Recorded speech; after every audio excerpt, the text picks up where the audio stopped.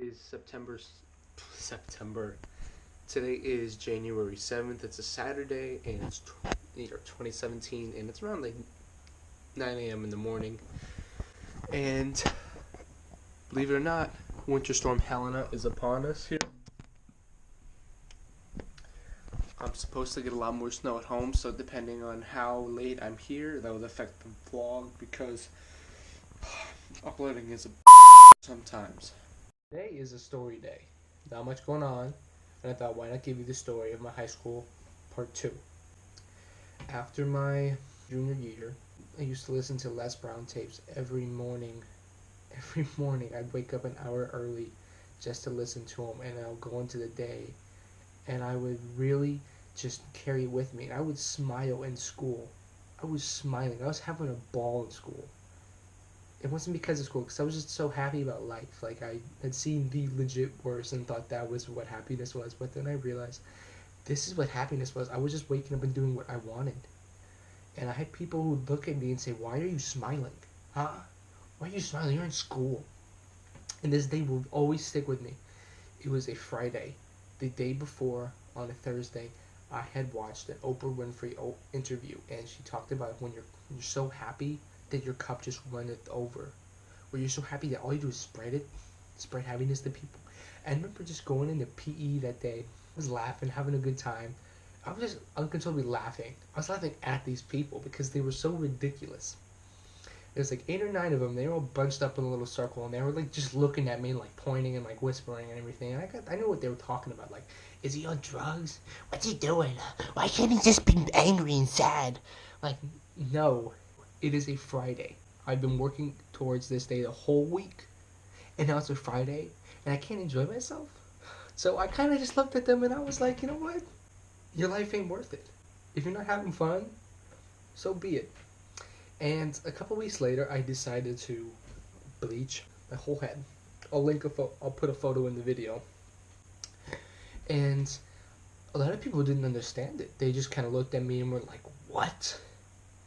Not a lot of people liked it, but it didn't matter. I liked it because I tried something different. And people are finicky. People are fickle. People don't even know me. They just know of me. They just know what I've done. They haven't known what I do. And I gave them the right to judge me and say, hey, this is what I think of you. And it didn't matter. I loved every moment of it.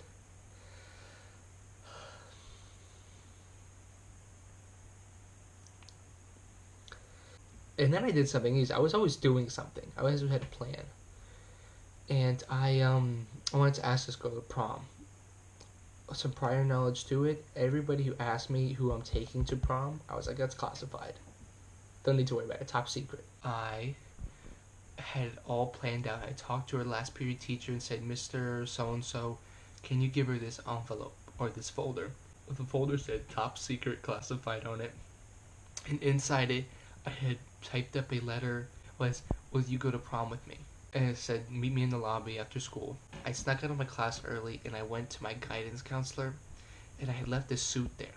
Like a whole black and white suit, and I had a handkerchief, and I had roses and everything, and I snuck in there, and I changed up. And a couple minutes before she came out, I had a couple of my friends posted throughout the school to let me know where she is, and as soon as she was there, boom, I walk out the office in this tuxedo into a lobby full of 1,000 people, and all the eyes are kind of like, what?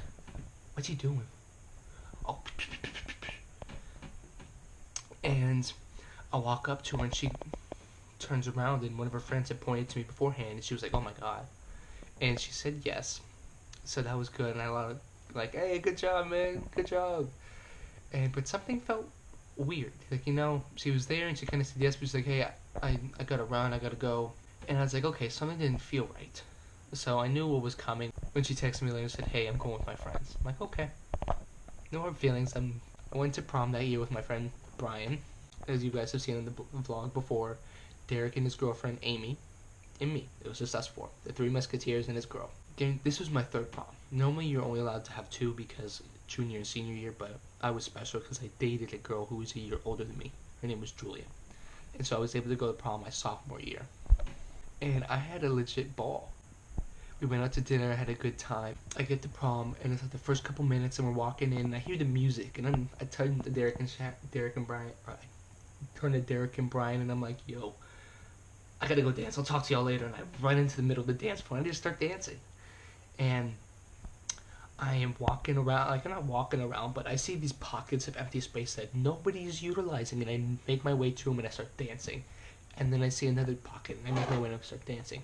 And at one point, I even got up on the stage and danced. By the end of the night, everybody had seen me dance, just because of the fact that I kept moving around. I always remember that night, because the first 2 proms I went to, I was kind of timid and didn't do anything. But I went to this next one, and I had a legit ball. I'll never forget that senior year, how that ended. I really went out on a high note, not caring about what anybody said. That is my story for today with you guys. I hope you enjoyed it, and please feel free to ask any questions in the bottom for our next story time, and I'll be happy to talk to you about it.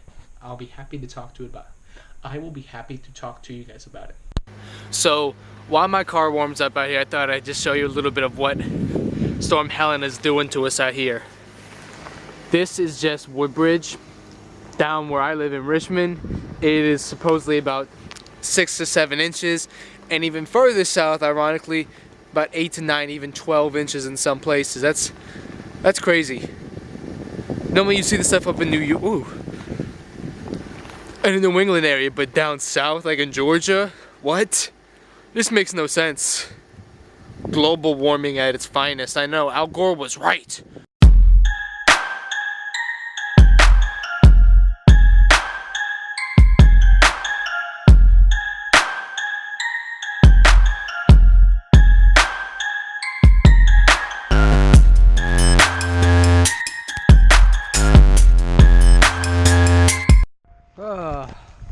Finally here at Brian's house. We're gonna finally get some revenge in 2K and spending the night. Popular demand, we have Hunter, aka at Berkey Jerky. He is the #1 Vogue model and a glamorous Caucasian woman. And then over here, we have the lovely, the evil, despicable, gorgeous Miss Taylor Langster. Friends with Gangster. Langster Gangster. Hey. And then we got my brother from another mother, Brian Scotty Bark. Scotty Piven, you know. Scott? What were you?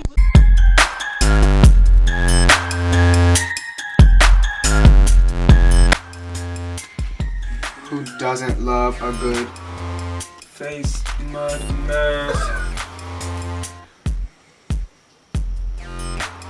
It smells like Play-Doh. Yeah. What do you smell? It's clay. Oh my gosh, got on my hair. Hope it doesn't come off. You can't just smell the area? What? Like you can't. Does it feel nice? Mm-hmm. How's it feel? Yeah, it's really smooth. Yeah? Is it gonna get hard or is it what? What's gonna happen here? I guess so. We leave it on for 10 minutes and then wash it It's off. gonna tighten. Okay. Okay. Oh my god. Okay. I need all that I can get. Get your forehead. Don't be afraid to get your hair messed up. I just did it today too. Do you want a headband? That'd be wonderful. There might be one in this. What can I say? I like older women. Oh my gosh. Yeah. Lacrosse is a good sport. Ooh, this makes me look like I have all this hair I need to shave. Do your pose. Oh my gosh. Here, we gotta recreate that shot. You ready?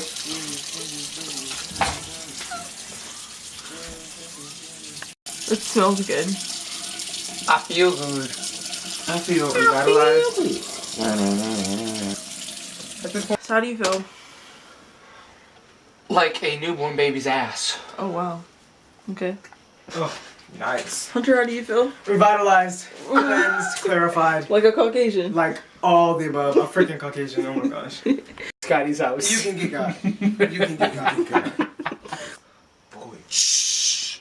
Yo. Put down. Ask me. Well, Hunter got something for Christmas. Ask me how excited I am. This is even better.